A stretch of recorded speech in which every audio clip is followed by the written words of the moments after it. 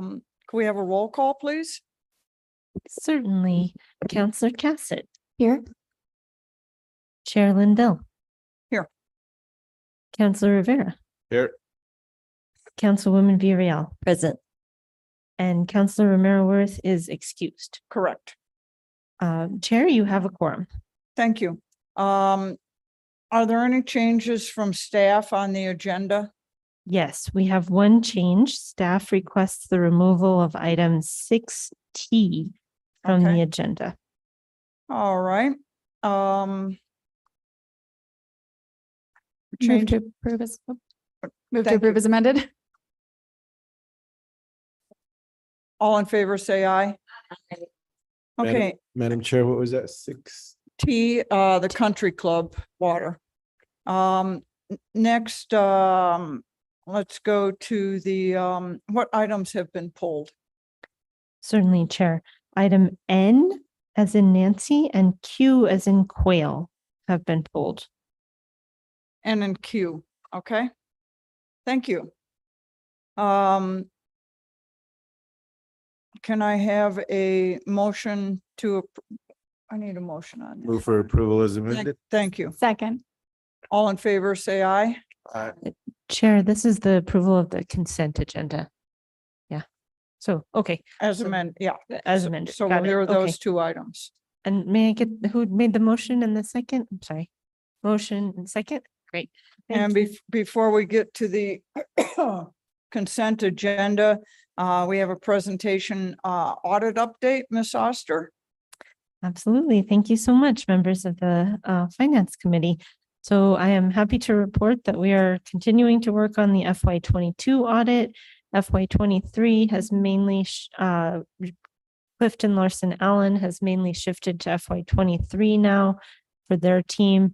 They're wrapping up some final items on FY22. The FY23 Car Rigs Ingram, which is the audit contract itself, is on tonight's agenda for your consideration.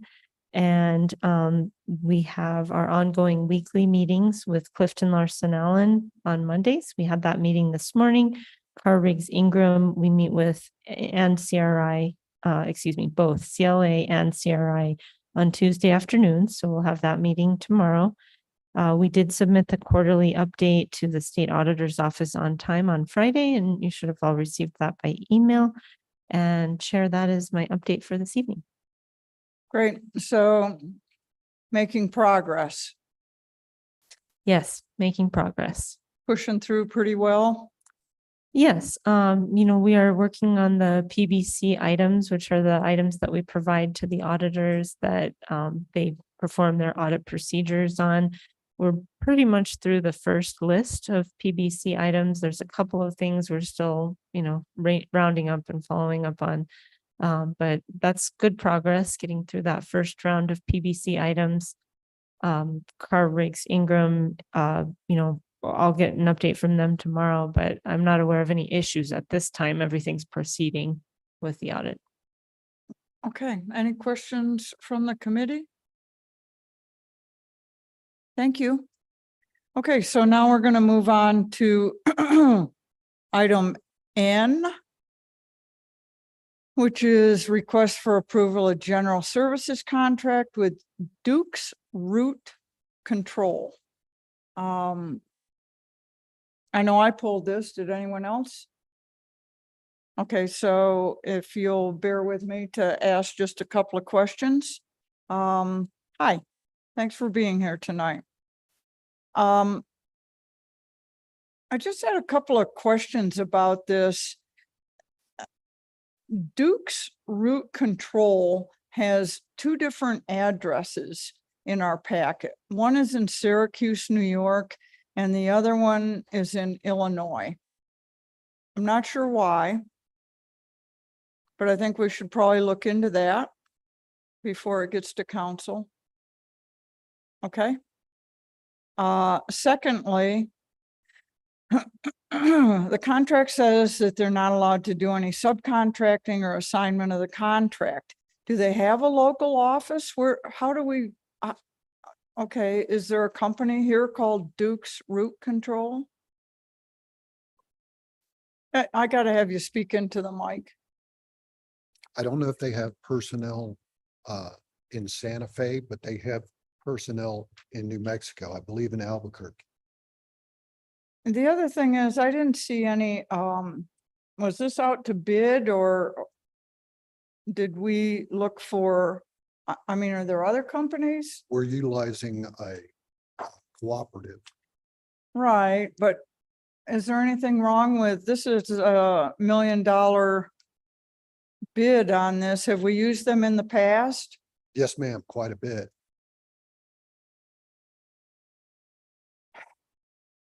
Is there a reason that we wouldn't put this out to see if other people were interested in it? I mean, they're not a local company. No, but they provide a service that's not readily available. They are the major player in the United States for this type of chemical root treatment. And so just performance wise, how do we know when we call them out and where they do their process? When we would call them out, they would, I would guess we know, would but base their how- response on past experience with the company. Like, how do we know what section of, We tell them yeah, I know, but how do we know? whether the work was done or not. Like, how do you decide we need to call Duke's Root Control to come out and do this, and this section needs attention? We do periodic video inspection of our sewer lines, particularly in areas that have a history. With roots, they come back, particularly areas where they were before. So we already have set up areas in this collection system which typically have problems with root growth into the lines. Typically, it's downtown where we have vitrified clay pipe, which has a joint every 4 feet, and every joint is an opportunity for a root to intrude. So typically the areas that get treated most often are those downtown. Okay. If we can check on that there's 2 different addresses for this company in the packet, that would be good. Yes, ma'am. Any We'll make other- Sure that that whichever one is not their corporate headquarters is changed. Yeah, it was unclear to me. They both look like whatever, doesn't matter. I just want to make sure we have it right. Does anyone else have any questions? Move to approve. Second. Roll call, please. Certainly. Counselor Cassett, Yes. Counselor Chair Lindell, Yes, Counselor Rivera, Yes. Councilwoman Virial. Yes. Motion passes. thank you. Thank you for being here. Next item is Q, request for approval of professional services agreement with De Novo for cloud storage and maintenance for the AS 400 data, and the total amount of 1.377 and change through June 30th, 2026. Welcome, Mr. Abeta. I Hola. pulled this item also. I do have a couple of questions on it. One thing is, in the caption here, it says through June 30th, 2026. Within the packet, the memo spells out, pardon me, through 2027. So those need to line up. and- Okay. And be We- correct. We can get those corrected. Yeah. Yep. My concern with this is 2 things. Mhm. First of all, we're paying these guys $1,000 every day to do our cloud storage. Do I have this right? Okay, so yes, if you were to break it down by 3 years, what is that, 1,000 something days? Not quite sure into that. It does break down to that, but it's kind of you can do it that way, but logically, it doesn't match up with that let me explain to you.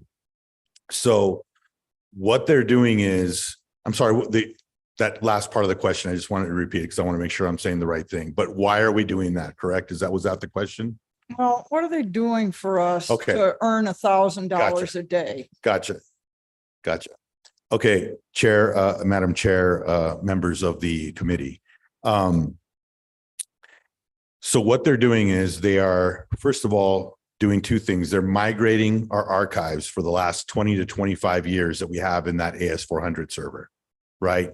And of that archive, it includes archivals from Santa Fe PD, courts, fleet, utilities, and land use and legal. That's all archival, right? For the last 25 years, they're bringing that over. Also, there's a second thing. There's the operational part of the server.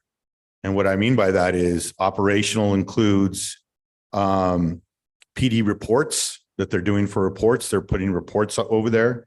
Fleet uses it for work orders and inventory. And then utilities is using it for inventory, work orders, and the current billing system.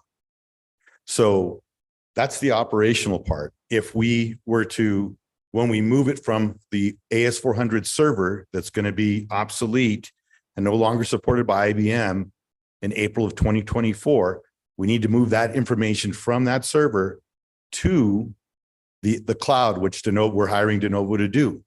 So they are, what they're doing is they're making it still functional for us. Those operational functions that we use the AS400 for, they're making it functional in a new environment, in a cloud environment, cloud-based environment. So that's what they're doing. They're also giving us 60 hours of support.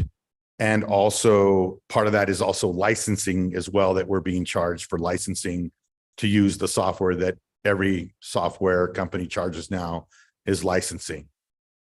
So that's what they're doing for us. So, and Counselor, Madam Chair, let me just say, of that 60 hours of support, I broke it down for you.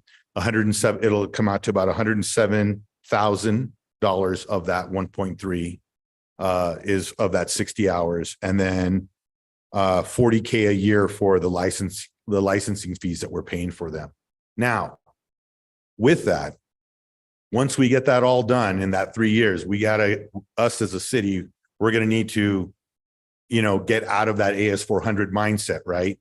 If we do that, or when we do that, the cost is going to go down significantly that we're paying to de novo. We'll be only paying them for archival stuff, archival functions, which means, and that should go down to about 30 to 50 grand a year. So the cost is going to go down once we get all of the operational parts that we're paying them for. We get those into other, we upgrade those into a newer software like Munis, right? So I don't know. I hope that wasn't too long-winded. I apologize if it was. So, Mhm. yeah. Just because I have to, Yep. $107,000 for 60 hours of support. So they get $1,783 an hour. Wow, that's a bargain. Maybe they should refigure that. That's what they gave us. Charge almost But- $1,800 an hour. So I'm not quite so what I'm looking at is that if we lose that data, we're hosed.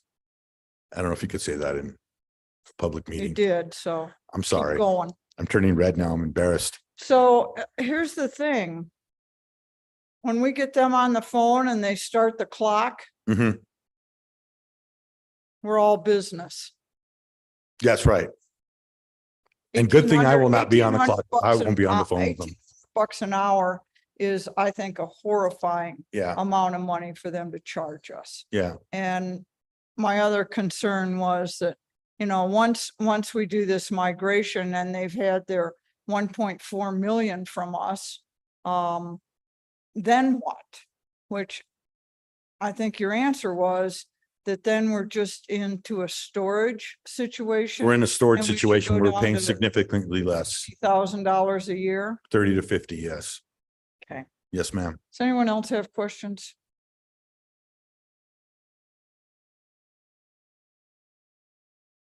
Counselor Villarreal? Counselor Cassett? Thank you so much. So knowing that transfer over to other software systems is really going to be crucial in Mhm. terms of controlling how much of this contract we wind up spending. Yes, ma'am. Can you talk us through what we're going to need to see and how quickly is the city on track for making that transfer? So I have that answer right here on my notepad. I thought that might be asked. So right now, with the police department, as far as their operational part of it, the PD is working with Santa Fe County on a one solution upgrade, which is another alternative to, they're currently on one solution, but they're looking at an upgrade. And I've been in those meetings with PD, the county, and one solution. And they're looking for an alternative to be able to put an upgraded alternative to be able to upload their reports to the system. So that's in the works right now. Lieutenant McCord has been working on that. As far as fleet goes, that is something that we're looking at moving to Munis. I know that, I don't know if this is part of our weekly meetings that we've been having, Emily, but Yeah, I can address fleet because that's part of the finance department. So we are in the process of implementing the capital assets, work orders, and inventory modules.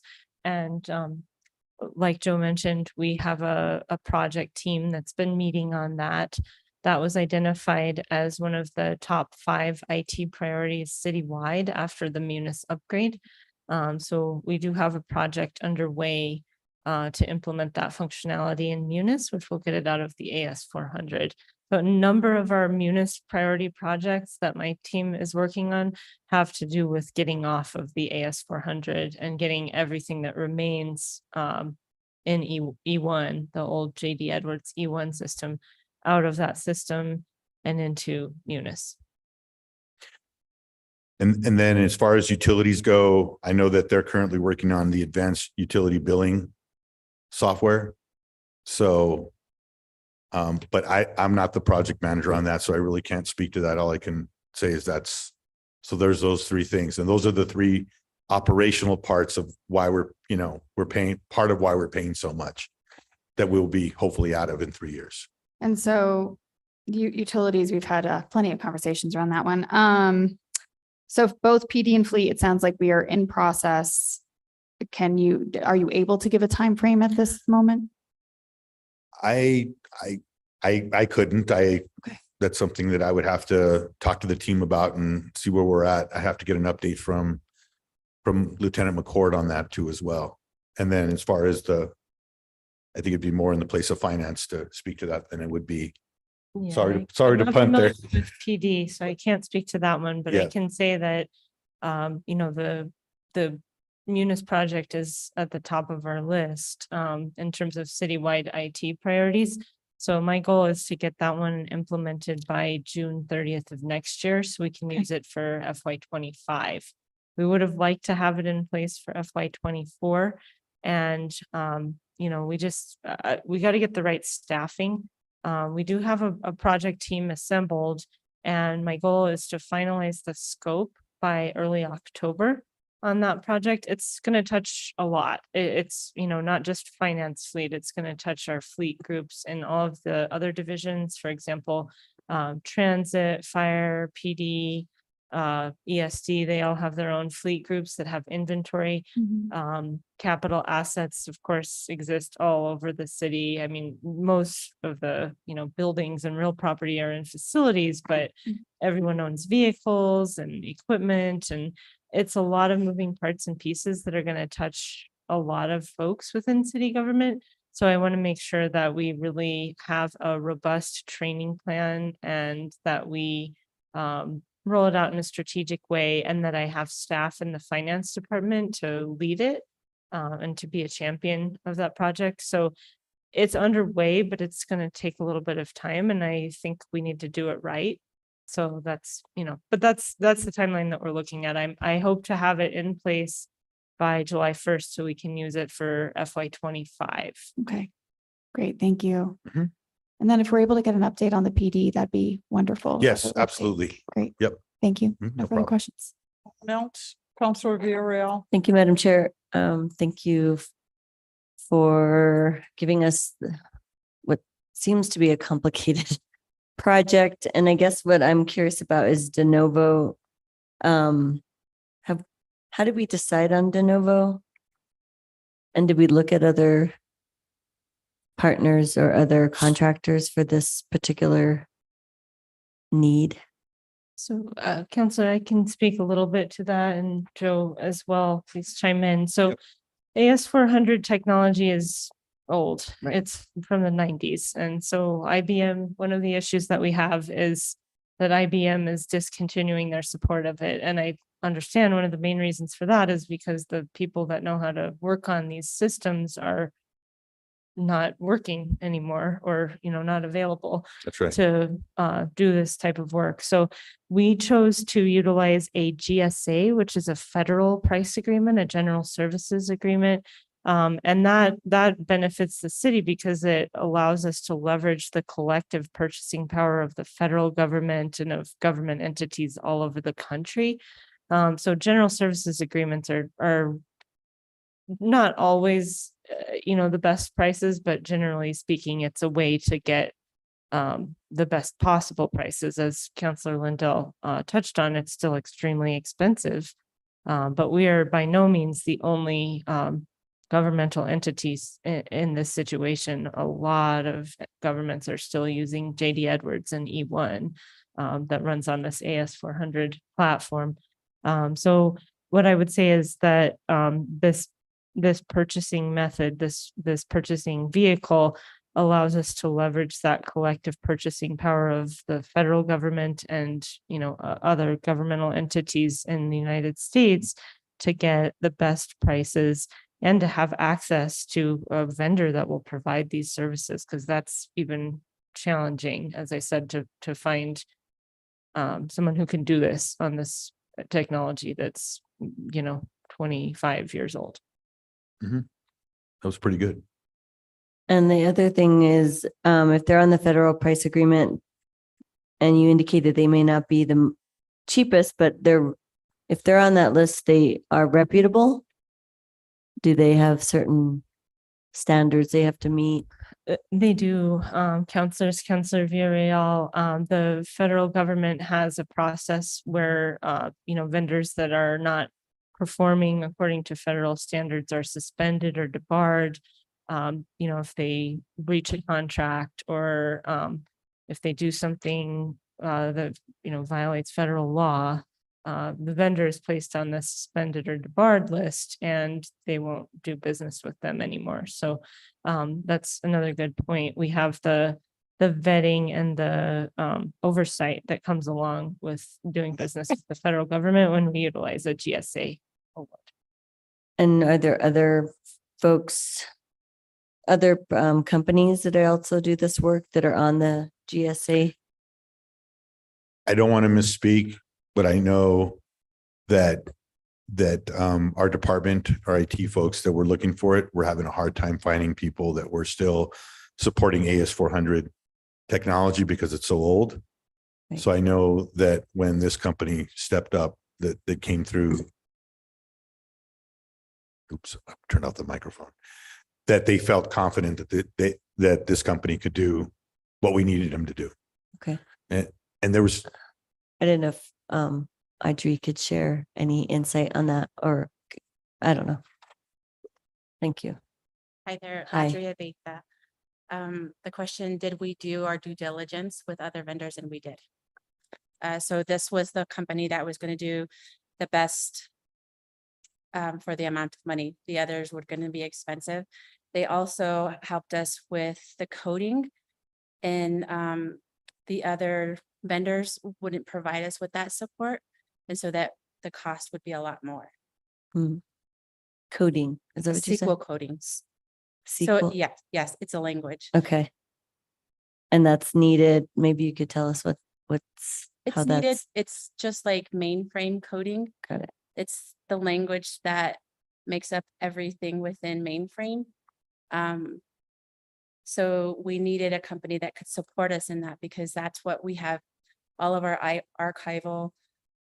We needed access to be able to search the database easily, and they provide us that access by changing everything to SQL. Okay. And just going back to what Counselor Lindell said, was that amount per hour accurate? I didn't see that calculated. I'm not sure how you arrived at the number, but I was just curious if what the amount per hour, what it averaged out to, or was that? Counselor Lindell's math was correct. I mean, I would like to get, if we can get a better breakdown of what's being paid for what, because obviously some things are a little more expensive than others. And if you kind of group them all together, I mean, that's what it comes out to. And yes, I mean, they're going to be getting paid that much no matter what it is in the you know, in the end. But you know, that's kind of what we went with. I mean, we had to get something done. I mean, we asked them, this is the three things that I'm looking at as far as they are promising functional use after they migrate. They're promised ensuring archival retrieval, right? That the archives and the records are going to get there successfully. And then we're getting support from them. Okay. So, I mean, yes, if I were going out looking for somebody for myself, it'd be, but I'm just, Right. I'm not in that situation either, using an old server. Right. Okay. Yeah, I hear the urgency. I'm just always curious about companies that do this. They're, you know, it's kind of unique and they capitalize on that too, you know? It's like they know that this is obsolete, and yeah, I guess it's just frustrating that you can see contractors, they can inflate numbers because they're the only one doing certain things. So, And it's under a GSA too. So it's not like they're just, you know, someone we went and opened the phone book and, you know, got. Right, So I think there's exactly. some kind of, I they have just to go think through some of kind the of vetting. different, you know, levels of contract support, like bigger cities. Mhm. We're probably getting charged the same as maybe a larger city. And that's what I Possibly. think is inequitable. And I wish there was a way to make that adjustment accordingly, because we're a small city compared to probably like another very large city that could pay that amount for the contract. So I don't know if there's a way to negotiate that, or you just pay what they say and that's it. I don't know if there is, if, I'm just thinking of the time that we have Right. too, if we're going back and forth. Right. I mean, I just got out of a project that took me 2 years to get done. So, you know, so I don't know. I hear you.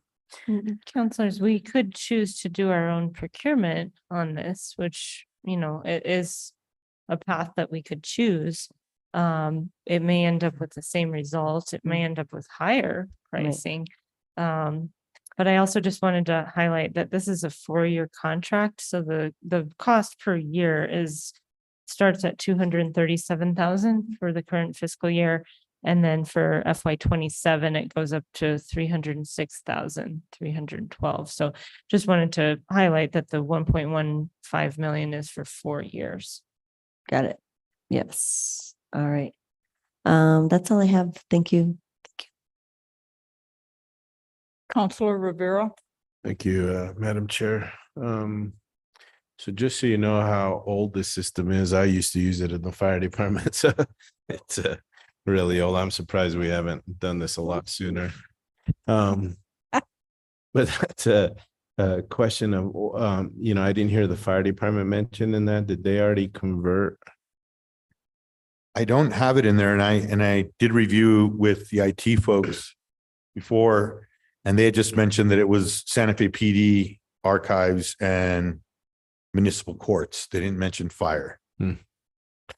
I can get that answer to you though. Okay, I know that there were several, I think probably other departments that I think used to use the green screens as well and had a lot of information archives. So So I know that fire uses Image Trend right now, and that is not on the AS400. Right. That's something that's being held at the county, on the county servers. Okay. So, If you can just make sure that we're covering all departments, and then is yes, yeah, budgeting, absolutely. I'm sorry. budgeting coming from those individual departments, or is IT covering it all? As far as cost goes, Yeah. I think we're covering it all, right? Yep. Yeah. Yeah, we're covering it all. And then the way like HGAC and GSA and those other contracts work is they just put out a general bid, right? And then all the companies that can provide the services respond back to that bid request or that RFP or whatever they do. So you generally get the best price of everyone that can do the work. Is that correct? I'm going to defer to the experts. Okay. Thank you, Councilor Rivera, and thank you, councilors. The GSA agreements are a result of a competitive procurement process. So for us at the city, that would be an RFP generally for services or an ITB if we're purchasing goods. So in this case, it would be an RFP. I don't think it's called an RFP at the federal level, but it's similar. It's, a competitive solicitation where they put out specifications and then people respond and submit proposals and say, okay, I can do this and here's how much I would charge. And then, the federal government decides which ones to award, and the GSA is the resulting contract, the general services agreement that the federal government has awarded. And that's what we're able to leverage because it was a competitive solicitation that resulted in that agreement. Right. So when you're doing like a federal process or the Houston Galveston area council, those are bigger cities. So you typically, or bigger organizations, so you typically get better prices because they want to respond to those larger RFPs or whatever it is. Counselors, I would say yes. I think the market is larger. When you're working with the federal government, you're sometimes talking about trillions of dollars, which we never get into the trillions here at the city of Santa Fe. But the scale is just so much larger because they're procuring things for a country, for a federal government. Same thing with a much larger city. And as I mentioned before, we are definitely not the only municipal government or government entity in the United States that's still using the AS400 technology. I think, IBM really did a good job when they built it, and it's lasted a very long time. That being said, it's, most people are trying to phase it out. It's old. Yeah. So. And then to the $1,000 a day, I assume that's correct. I think Councilwoman Lindell's pretty good with her math. But I assume that's not just like a person. That's probably a team of people, right? Yes. That would be Yeah. a team of people. So if you can just confirm that it's not Sure. just, where that $1,000. There's not just one person that's doing. Gotcha. Yeah. All right. All right. That's all I have, Madam Chair. Thank you. What's the wishes of the committee? I'll move for approval. Second, We have a motion and a second. Can we have a roll call, please? Certainly, Councilor Cassett, Yes. Chair Lindell, Yes? Councilor Rivera, Yes. Councilwoman Villarreal. yes. Motion passes. Thank you for your time. Okay. That concludes our business. We have a introduction of legislation. Pardon me? We have introduction of legislation Oh, today. can we- Whose legislation? Is that yours? It's mine. Would you go ahead and introduce it, please? Absolutely. So I am introducing consideration of a resolution sponsored by Mayor Alan Weber and myself. It's a resolution finding the building and premises located at 104 Calle Feliz property to be ruined, damaged, and dilapidated, and a menace to the public comfort, health, peace, and safety, ordering the owner of record of the property to remove the building, rubbish, and debris, and providing that if the owner does not remove the building, rubbish, and debris, the city of Santa Fe shall place a lien on the property in the amount of the cost of the cleanup efforts and shall foreclose on the property. Izzy, you don't need to be here, but I'm glad you are here. So just, this is a nuisance property in the district. And I'm glad that Ms. Sharp is here because this really has been a lot of work. So I really want to thank you for the efforts to get us to this place. And what I think has been really important about this particular property is I know that a lot of the procedures and systems within the nuisance process were worked through with this one. So glad we were able to pave the way, and I know that the neighbors are very excited to see this one move forward. Thank you. Thank you. I'm sorry that I tried to adjourn before that introduction, believe me. Ms. Oster, Chair, I have one matter from staff, if that's all right. I wanted to announce that Alexis Latero, our Assistant Finance Director, has been appointed to serve on the Government Finance Officers Association Standing Budget Committee.